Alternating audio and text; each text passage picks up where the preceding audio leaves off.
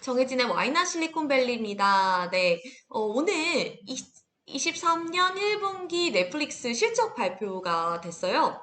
가장 관심을 모았던 부분, 아무래도 넷플릭스 구독자분들이라면 계정 공유 금지 정책이 언제 시작되는 거냐. 이게 사실 3말 4초, 3월 말 4월 초로 예상됐던 부분이기 때문에 이게 굉장히 좀 아무래도 기대 반, 걱정 반 이런 상황이었거든요. 그런데 오늘 넷플릭스가 공식적으로 사실 이걸 1분기에 시행하려고 했지만 2분기 말로 미루게 됐다 하면서 이제 2분기 내에 미국을 시작으로 이제 모든 국가에서 이걸 점차 확대를 하겠다 이걸 공식화했습니다. 아무래도 좀 구독자분들 중에서는 좀 안도가 되는 부분이기도 하고 세 달가량 시간을 벌기도 했는데요. 아무래도 넷플릭스 측에서는 벼룩을 잡으려다가 초과 삼간 다 태운다 이런 일이 벌어지지 않기 위해 신중에 신중을 가하는 모습이기도 하고요. 그리고 또 동시에 사실 이 정책을 언제 시행하느냐에 따라서 관련된 실적을 어느 분기에 반영시키느냐도 포인트가 될 수 있는데 2분기가 아니라 올 3분기에 이 계정 공유 금지 정책이 이제 발효가 되다 보면은 이제 이때 3분기에 반영이 되는 거잖아요. 그래서 계속해서 기대감을 주면서 좀 3분기 이후부터 매출에 반영되게 하는 그래서 올해의 어떤 주가 부양의 정책일 수도 있을 것으로 보입니다. 그래서 이걸 가지고 투자자들이 실제로 어떻게 반응을 했는지도 봐볼게요.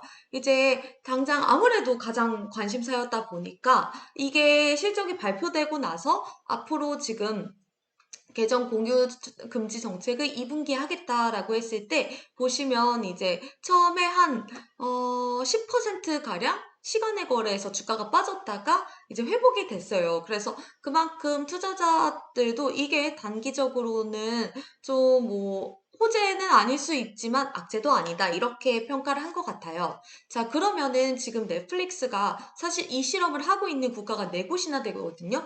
여기 상황을 한번 보도록 할게요. 그래서 캐나다, 그리고 뉴질랜드, 스페인, 포르투갈 이렇게 4곳에서 진행을 하고 있습니다. 근데 어떤 진행을 하고 있느냐, 어떤 가이드라인이 나왔냐면요. 보시면 주요 위치를 계정 소유주가 설정을 할 수 있어요. 그래서 그 밑에 하위 2개까지 이제 그 부계정을 허용하는 방식인데 이 부계정들의 위치가 지금 원래 정한 주요 위치와 벗어난다. 그러니까 우리가 이제 여럿이 계정 공유를 하는 방식이죠. 근데 이것에 벗어났을 때 추가 요금을 이제 부과하는 그런 방식이에요. 그렇기 때문에 지금 캐나다를 비롯한 이 국가들에서 어떤 변화가 일어난지도 굉장히 궁금한 포인트예요. 사실 캐나다 시민들은 항상 불만일 수 있겠지만 미국 시장에 뭔가를 론칭하기 전에 테스트베드로 항상 실험을 해보는 것이 같은 영미권 국가기도 하고 그 이용자들이 워낙 다양한 그런 다양성을 가진 캐나다를 먼저 이제 테스트베드로 삼아서 이제 시험을 해본 다음에 이제 미국으로 들여오는 게 일반적이기도 하기 때문에 캐나다에서 지금 사람들이 어떤 반응을 보이고 있느냐 이것이 앞으로 미국 시장에서는 이런 방향을 일으키겠다 이걸 볼 수 있는 측면이기도 해요. 그래서 이제 지금 옆에 보시는 자료는 우리나라의 당근마켓과 유사한 이제 미국의 넥스트도어라는 앱인데 여기 캐나다 지사에서 이제 이용자들을 대상으로 너 만약에 넷플릭스가 이렇게 계정 공유 금지 정책을 시행했을 때 계정을 취소할 거니 아니면 계속 유지할 거야 이렇게 물어봤을 때 이제 59%가 일단 설문에서는 나 이거 취소할 거야 이렇게 좀 강경한 입장을 밝혔는데요. 실제로 넷플릭스에서는 무엇이라고 얘기를 하냐면 큰 타격이 없었다는 듯이 이야기를 합니다. 한번 보여드릴게요. 여기 보시면 이제 캐나다에서는 지금 미국의 굉장히 본보기 사례로 좀 적절한 곳인데 오히려 지금 이걸 시행하고 나서 이용자 기반이라든지 매출 기반이 굉장히 빠르게 확대되고 있고 심지어 그 속도가 미국보다 빨라 이렇게 말을 했어요. 그렇기 때문에 지금 이 실험들이 당장 이용자들의 대폭 구독 취소 이렇게 이어지진 않았다. 이렇게 볼 수 있을 것 같아요. 그래서 지금 실제로 어떻게 되고 있느냐도 한번 중요한 포인트겠죠? 보시면은 올 1분기는 이제 175만 명의 가입자를 추가를 하게 됐어요. 그래서 한번 지역별로도 봐볼게요. 그러면서 전체 2억 3,250만 명의 유료 가입자를 기록했다고 해요. 그래서 전년 동기 대비해서는 한 4.9% 증가했는데요. 지난해 1분기가 사실 구독자 수가 처음으로 감소했던 해였기 때문에 좀 순 감소하면서 충격을 줬는데 이거에 비해서는 괜찮은 수치지만 지난해 4분기 실적이 워낙 좋았기 때문에 좀 비교가 되는 게 사실인 부분입니다. 그래서 매출은 한 81억 6천만 달러를 기록을 했어요. 그래서 시장 전망치인 81억 8천만 달러에는 미치지 못했고요. 근데 이제 다만 EPS 조정 주당 순이익이라고 볼 수 있는 거는 2.88달러를 기록해서 순이익은 이제 올 1분기 13억 1천만 달러의 순이익을 기록해가지고 한 전체적으로는 시장 전망치였던 2.86달러보다 이제 상회했는데요. 그래도 지난해 같은 기간 순이익이 16억 달러, 그리고 그러니까 주당 순이익이 이제 3.53달러였다는 거를 비교했을 때는 좀 적은 수준이긴 합니다. 그래서 이거를 이제 보면은 넷플릭스는 이렇게 아까 말씀드린 것처럼 그 계정 공유 금지 정책의 시행으로 인한 효과가 이제 2분기가 아니라 3분기에 떨어질 것으로 예상이 되는데 이게 뭐 장기적으로는 우리 이용자들이나 비즈니스에 좋은 결과를 가져다 줄 것으로 본다. 이렇게 언급을 했습니다. 그래서 아까 좀 지역별로도 한번 봐볼게요. 지역별로는 지금 미국, 캐나다 지역에서 이제 매출이 한 8%가량 성장을 하면서요. 가장 빠르게 성장을 했고, 그 다음에 이제 라틴 아메리카 지역 7%, 그리고 유럽과 아시아 태평양 지역 2%대로 성장을 했습니다. 근데 여기 보시면 이제 아시아 태평양 지역이 좀 인상적인 포인트가 있어요.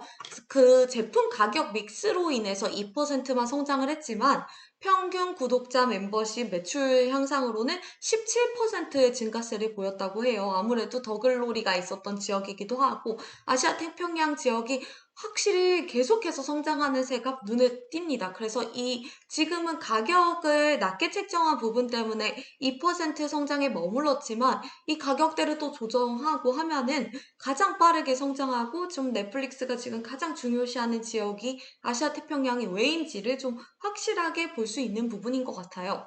그래서 보시면은 이제 아무래도 궁금한 점은 지금 더글로리의 흥행이 어떤 영향을 미쳤는가 이 부분이 좀 아무래도 저희 많이 궁금할 수밖에 없는데요.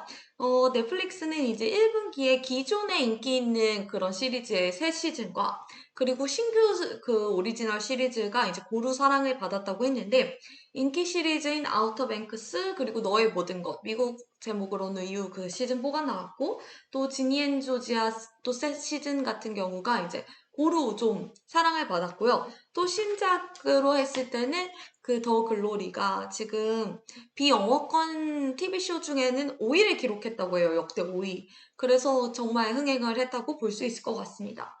그리고 또 이제 궁금했던 부분이 저희가 광고 요금제도 궁금했잖아요. 이게 이제 올해 시행이 되고 나서 아무래도 프리미엄 이용자가 이 광고를 보는 저가 요금제로 이동하지 않을까? 그래서 자체적으로 카니발라이제이션이 되지 않을까? 이게 굉장히 좀 두려운 부분으로 꼽혔었는데, 넷플릭스 측은 굉장히 명백하게 프리미엄 이용자가 광고 요금제를 쓰는 저가 요금제 이용자로 갈아타는 일은 없었다. 이렇게 평가를 했습니다. 그럼 광고 요금제는 오로지 신규 이용자 유입과 그리고 광고 매출 확대로 이어졌고 프리미엄 이용자가 굳이 그 기존 이용 습관에 위배되는 일이잖아요. 광고를 시청해야 하고 또 화질을 낮춰서 봐야 되고 이런 방법을 택하진 않았다는 거죠. 그래서 그냥 지금까지는 넷플릭스의 새로운 구독자 창출 이런 방향으로만 가고 있는 것 같아요.